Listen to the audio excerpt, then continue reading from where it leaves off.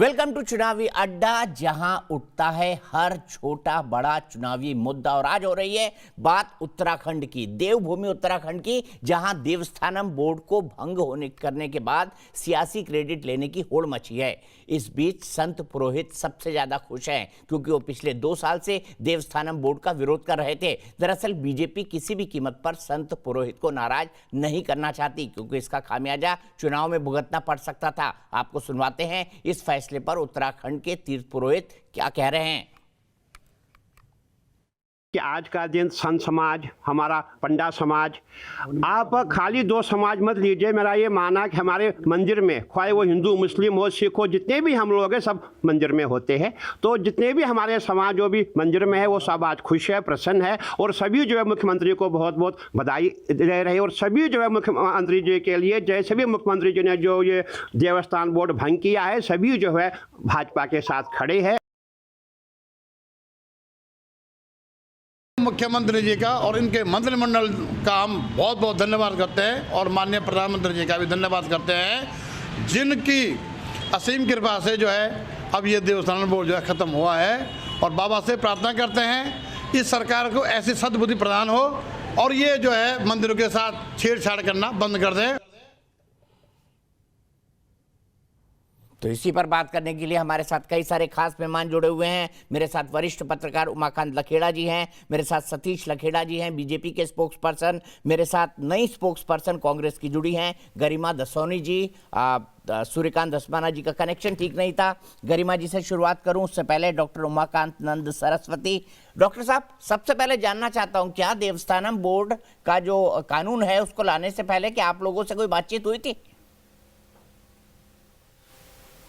देखिए, किसी से बातचीत कोई नहीं हुई है। और सबसे बड़ी बात तो है कि ऐसे बोर्ड की आवश्यकता क्या है। क्या बोर्ड बनाने वालों ने कभी विचार किया कि पहले से इस तरह के जितने बोर्ड अलग अलग स्टेट में है उनकी स्थिति क्या है। आज स्थिति ये है कि साधु संतों के लिए जंगल तो है नहीं, फॉरेस्ट वाले जंगल में जाने नहीं देते। तो अब साधुओं के साथ, अब पुरोहितों के साथ भी ये होगा। राम जन्मभूमि के लिए तो न्यास बनाया गया। ये नए फार्मूले पे ये जो बोर्ड बन रहे हैं उसमें सरकारी अधिकारी होंगे, वो अपनी मनमानी करेंगे। हम सब साधु संत तो ये चाहते हैं कि सरकार वहाँ चिकित्सालय बनाए, वहाँ सड़कें बनाए, वहाँ सुविधा दे, टूरिस्ट या तीर्थयात्री वहाँ पहुँचे। लेकिन तीर्थ पुरोहितों, पंडों, संतों, साधुओं का हक न मारा जाए। जो प्राचीन हमारी परंपरा है, जो विरासत है, उसी तरह से चलती रहे। अब सरकार, मंदिर भी सरकार ही चलाने लगेगी तो ये कैसे चलेगा। सलाह लेना तो दूर की बात है। ये सब अपने अपने तरीके से करते हैं, नए नए बोर्ड बनाते हैं कि उसमें कुछ लोगों को खपाया जा सकेगा, कुछ अधिकारी बनाए जा सकेंगे और अपने हाथ में सारा तीर्थ रहेगा। तो अगर मनसा ही ठीक ना हो तो किसी से सलाह कोई कैसे लेगा। मुझे बताइए सतीश लखेड़ा जी, ये आइडिया कहाँ से आया? मतलब आइंस्टीन के, न्यूटन की खोज की तरह ये आइडिया है कि अब मंदिर और जो है जितने भी बड़े बड़े जो हमारे क्या बोलते हैं, गंगोत्री, यमुनोत्री, बद्रीनाथ, केदारनाथ, जितने भी धाम होंगे उनकी पूजा वगैरह भी सरकार देखेगी। ये काम तो है नहीं उसका। उस गली में क्यों, उस गली का दरवाजा क्यों खटखटाना जिसमें सरकार को जाना नहीं है? बिल्कुल। दीपक जी, आप अगर एक्ट पढ़ेंगे, इसमें पूजा पद्धति में, आंतरिक व्यवस्थाओं में सरकार का कोई भी किसी भी तरह का दखल देने की मंशा कहीं नहीं है। ये केवल पुरोहितों के ऊपर एक अधिकारी तो बिठा दिया था ना, एक अच्छे प्रबंधन को लेके, जिसमें सारे पक्ष मिलजुल के। नहीं, वो पहले से है। बद्री केदार टेम्पल कमेटी कांग्रेस के समय से जब से बनी हुई है, उसमें भी एक अधिशासी अधिकारी होते हैं, वो भी व्यवस्थाओं को देखते हैं। जब पट बंद होंगे, खुलेंगे, तब क्या व्यवस्थाएं करनी है, क्या मंदिर के अंदर के प्रबंधन के द्वारा अपेक्षा की जाती है, उन व्यवस्थाओं को करना है। ये आज से नहीं, लंबे समय से जब से इन व्यवस्थाओं को आकार दिया गया है तब से लिया जा रहा है और बेहतरी के लिए, क्योंकि इन 4-5 सालों में जिस तरीके से ऑल वेदर रोड बनी है, अवस्थापना को लिए हुआ है, केदारपुरी की व्यवस्थाओं के लिए आप देख रहे हैं आमूलचूल परिवर्तन हुआ है, बद्रीनाथ का मास्टर प्लान बन रहा है, इन सारी व्यवस्थाओं को लेकर एक और बेहतर व्यवस्था की नीयत से किया गया था। पूजा पद्धति में बहरा सरकार कैसे उसमें आंतरिक व्यवस्थाओं में कर सकती है? आज भी बद्रीनाथ जी के पट कब खुलेंगे, केदारनाथ के पट कब खुलेंगे या कब बंद होंगे, गंगोत्री जमुनोत्री, ये सारी व्यवस्था जिस समाज के पास है वो थी, है, रहेगी। ठीक है गरिमा जी, क्या जो कह रहे हैं लखेड़ा जी, आप उनकी बात से एग्री करते हैं कि एक व्यापक सुधार के लिए यह किया गया? देखिए दीपक जी, सबसे पहले तो आप सबको नमस्कार। और मैं नई प्रवक्ता नहीं हूं, मैं पिछले 8 सालों से कांग्रेस पार्टी का पक्ष बड़ी मजबूती के साथ इलेक्ट्रॉनिक मीडिया में रख रही हूं उत्तराखंड की ओर से।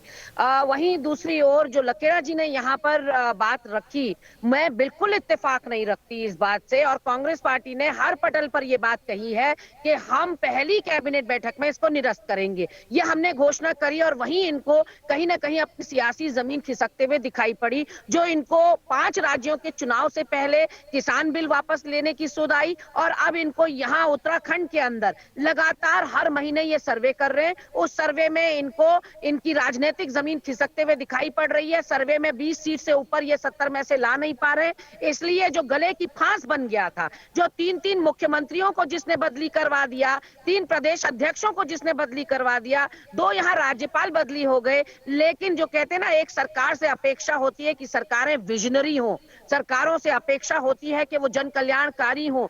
ये भाजपा के नुमाइंदे 3-3 मुखिया ना जनता को ये बताने में सक्षम हो पाए, ना विपक्ष को, ना मीडिया को, कि आखिर इस देवस्थानम बोर्ड के गठन से फायदा क्या होने वाला है, विकास किसका होने वाला है। और ऐसा दिखाई पड़ता है कि विकास केवल भाजपा का दिखाई हो रहा था, और जो गिद्ध दृष्टि थी वो थी चंदे और चढ़ावे के ऊपर। वहां डाका डालने की इनकी पूरा जो षड्यंत्र था, उन मंसूबों पर पंडा पुरोहित समाज ने पानी फेर दिया। उनकी एकजुटता को सलाम, उनकी एकता को सलाम। ये जीत उनके आत्मसम्मान, उनके स्वाभिमान की जीत है। जिस पंडा पुरोहित या हक हकूकधारी का सम्मान हमारे हिंदू सनातन धर्म में देव तुल्य है, उनका जो 2 साल तक तिरस्कार और अपमान भाजपा के द्वारा किया गया, जो मानसिक उत्पीड़न उन लोगों का किया गया, जिन तीर्थ पुरोहित समाज के पुजारियों को मंदिर के अंदर प्रदेश की सुख समृद्धि और शांति के लिए, खुशहाली के लिए प्रार्थनारत होना चाहिए था, उनको सड़कों पर आपने उतार दिया, उनको दर-दर की ठोकरें खाने को मजबूर कर दिया,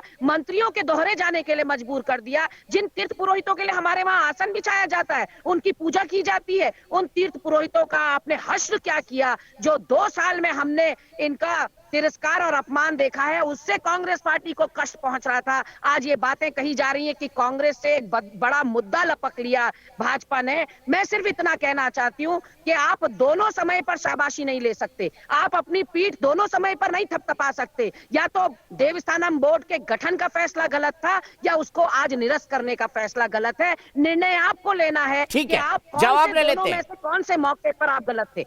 आपको गरिमा जी जवाब ले लेते हैं। जनता से भी और तीर्थ पुरोहित समाज से भी इस सरकार को क्षमा मांगनी होगी। और थूक कर चाटने की जो एक परंपरा आपने डाल दी है, वो लोकतंत्र के लिए खतरनाक है। चंदा और चढ़ावा खाना चाहते थे, गंभीर आरोप लगा रही है भारतीय जनता पार्टी के नेता। जितने भी मंदिर हैं या तीर्थ स्थान है या धाम है, उनका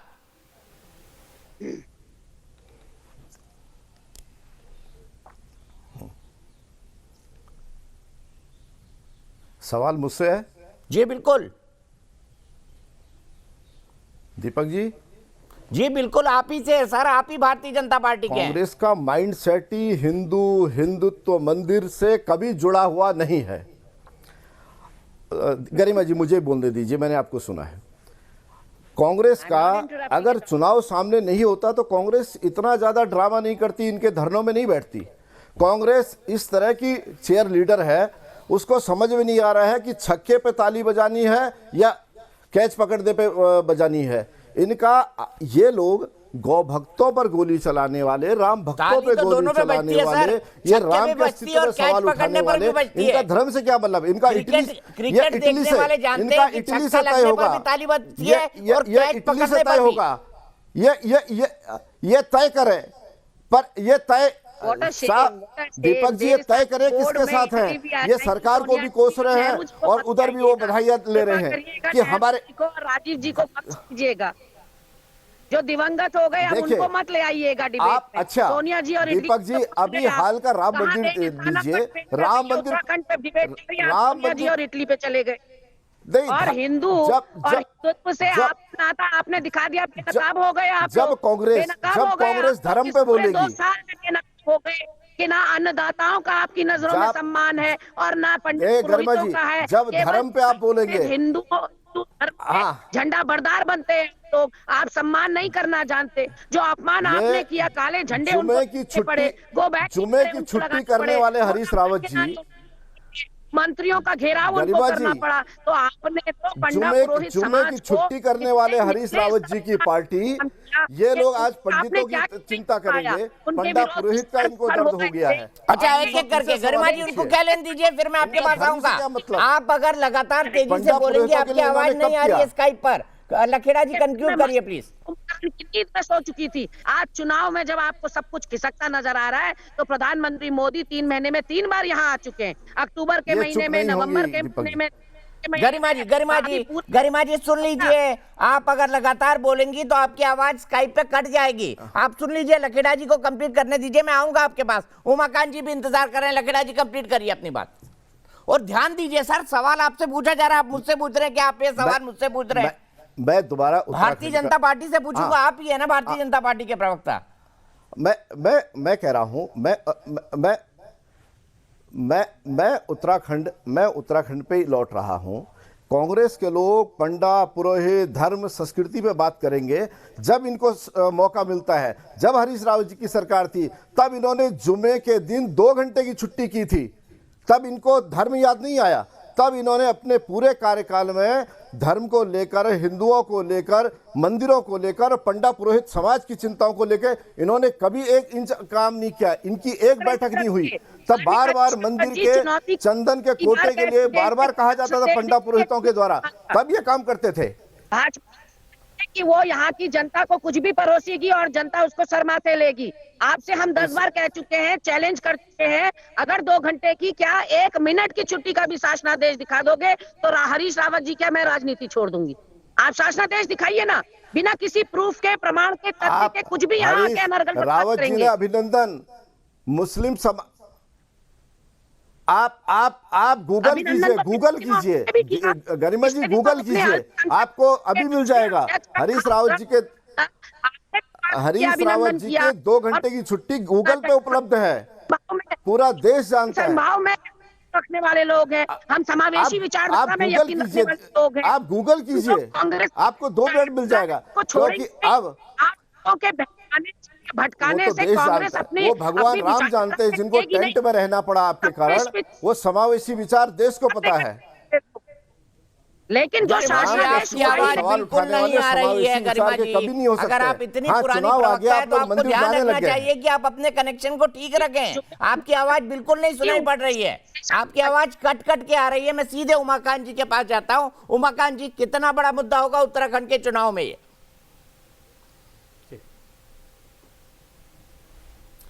देखिए दीपक जी, आपने बड़ा अच्छा सवाल पूछा कि कितना बड़ा मुद्दा होगा।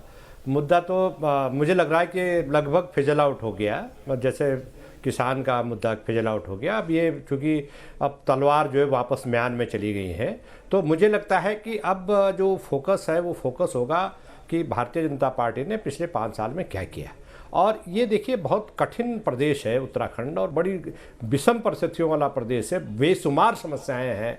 पलायन की समस्या सॉल्व नहीं हुई है, रोजगार की, गांव में सड़कों की, गांव में स्कूलों की, गांव में महिलाओं की दशा है, अस्पतालों की दुर्दशा है, पिथौरागढ़ से लेकर के उत्तरकाशी से लेकर के सुदूर चमोली, और जो जहाँ नई राजधानी बनाई गई है, राजधानी अस्थायी राजधानी जहाँ बनाई गई है वो ग्रीष्मकालीन राजधानी, उसके आसपास के गाँव में कोई बड़ा अस्पताल नहीं है। छोटी मोटी घटनाओं के लिए लिए लोगों को 8-8 घंटे प्रसूति महिलाओं को जिसका डिलीवरी होने वाली है देहरादून लाया जाता है, जब केस पहाड़ के हॉस्पिटल में केस बिगड़ जाता है। तो अच्छा होता है कि वहाँ के जो लोगों का जो जीवन स्तर है, वहाँ के लोगों को बेहतरीन सुविधाएं मिले, रोजगार। और ये जो डिस्कशंस है, ये पिछले 2 साल से उत्तराखंड में आग लगी हुई है देवस्थान बोर्ड की। जैसे ये जो बवंडर खड़ा किया, ये इसकी जरूरत ही नहीं थी। इसके अलावा डिस्कशंस हम और आप स्टूडियो में बैठ के वहाँ स्किल डेवलपमेंट पे डिस्कस करते, वहाँ के स्कूलों की व्यवस्था पे डिस्कस करते कि वो केरल को पछाड़ दिया है। और 20 साल में, 21 साल में हम आज डेवलपमेंट के मामले में जितने भी, कांग्रेस ने भी आधे शासन वहां राज कर लिया और आधे शासन बीजेपी ने राज कर लिया।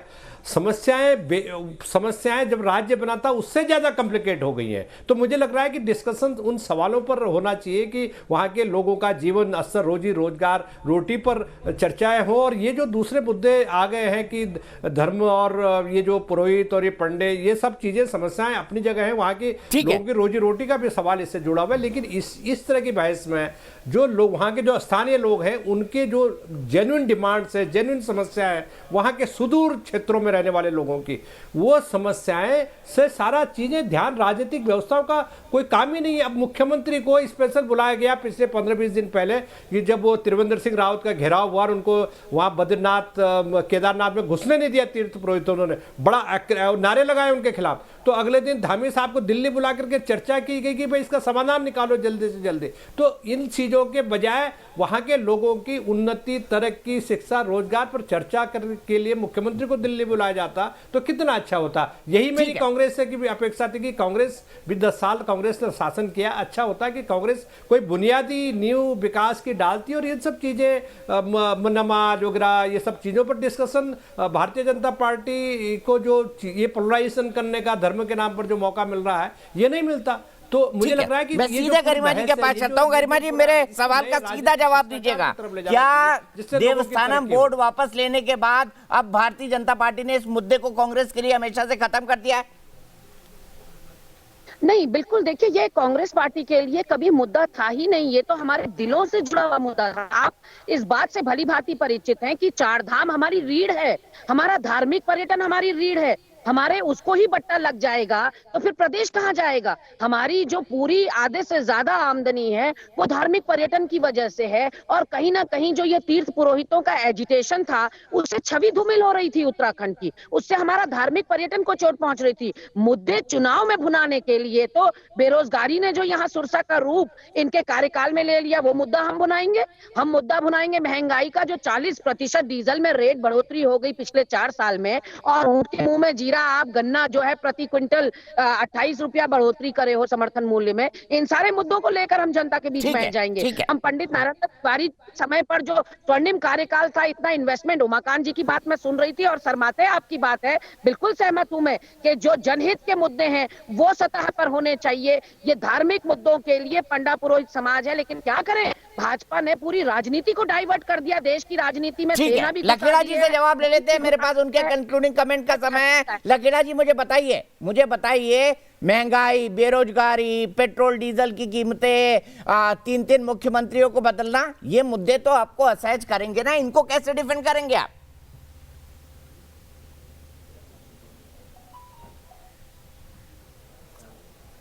कांग्रेस पहले अपना घर बचाए। जो उनके भीतर लड़ाई चल रही है, हरीश रावत जी के अपने अंदर, वो बेचारे एक जो अपने लिए जन समर्थन पार्टी के भीतर जुटाना है वो नहीं मिल पा रहा है। वो हर धरने में जाके समर्थन दे रहे हैं। जो मांग रहा है, कह रहे हैं हमारी सरकार आएगी कर देंगे। हताशा का चमोत्कर्ष इस समय कांग्रेस पार्टी के अंदर है। भारतीय जनता पार्टी ने निष्ठा के साथ अपना काम किया है। आज अगर लगा कि ये एक्ट वापस लेना चाहिए तो सर झुका के वो वापस लिया हुआ है। और भी बेहतरी के लिए जो भी काम जनता के लिए करने पड़ेंगे, क्यों कि लोकतांत्रिक व्यवस्था में जनता सर्वोपरि है और हम उस बात के लिए सदैव जनता के सामने नतमस्तक है। पंडा पुरोहित समाज की जितनी सामने मांगे थी, आज उनकी भावनाओं के अनुसार इसे वापस लिया गया है। मुख्यमंत्री पुष्कर सिंह धामी जी ने बड़ा दिल दिखाया है। अब इस मुद्दे को लेकर कांग्रेस अगर कुछ भी अपनी जीत पे पीठ थपथपाना चाहे तो हमारी उन्हें शुभकामनाएं हैं। ठीक है, मेरे पास वक्त इतना है, आप तमाम लोग मुझसे जुड़े, लेकिन एक बात साफ है कि पुष्कर सिंह धामी के इस फैसले के बाद एक बड़ा मुद्दा जो भारतीय जनता पार्टी को पॉलिटिकल डैमेज कर सकता था, वो एक हद तक फिजल आउट हो गया है। पुष्कर सिंह धामी का ये फैसला इन चुनाव के लिए काफी महत्वपूर्ण माना जा रहा है। फिलहाल लेंगे एक ब्रेक, लेकिन ब्रेक के बाद भी न्यूज नेशन में खबरों का सिलसिला लगातार जारी है।